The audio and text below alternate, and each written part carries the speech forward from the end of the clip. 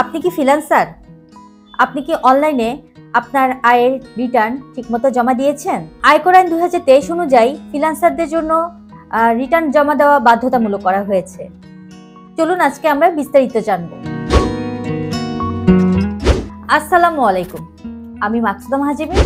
আজ আমরা জানবো ফ্রিল্যান্সারদের জন্য আয়কর রিটার্নের প্রয়োজনীয়তা, নিয়ম ও ধাপ। ফ্রিল্যান্সারদের অনেকে ভাবেন আমি অনলাইনে কাজ করি, তাই আমাকে কর দিতে হবে না। এটি একটি ভুল ধারণা। আইনের দৃষ্টিতে সকল ফ্রিল্যান্স আয়ের উপর একই নিয়ম প্রযোজ্য। মূলত একটা বিষয় আপনাদেরকে ক্লিয়ার করি। যারা ফ্রিল্যান্সিং করার উদ্দেশ্যে আপওয়ার্ক, ফাইবার বা অন্যান্য মার্কেটপ্লেসে অ্যাকাউন্ট খুলেন এবং তাদের অ্যাকাউন্ট ভেরিফাই বা ব্যাংক অ্যাকাউন্ট অ্যাড করার জন্য তাদের টিন নাম্বার চাওয়া হয়, এখানে অবশ্যই আপনাদের টিন খুলে আবেদন করতে হবে। আয়কর আইন 2023 অনুযায়ী আপনার যদি টিন থাকে তাহলে আপনার রিটার্ন জমা দেওয়া বাধ্যতামূলক।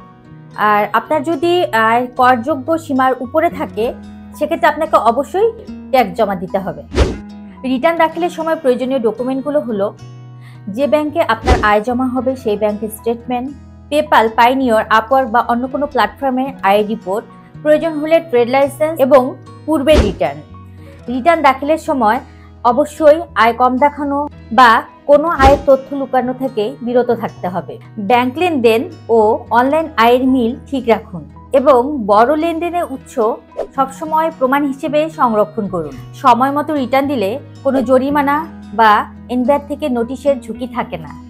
ফ্রিল্যান্সাররা অনলাইনে আয় করছেন কিন্তু রিটার্ন জমা না দিলে জরিমানার আওতায় পড়তে পারেন। তাই আয়কর আইন 2023 অনুযায়ী সময় মতো রিটার্ন জমা দিন, নিজের আয়ের প্রতি স্বচ্ছতা রাখুন। ধন্যবাদ।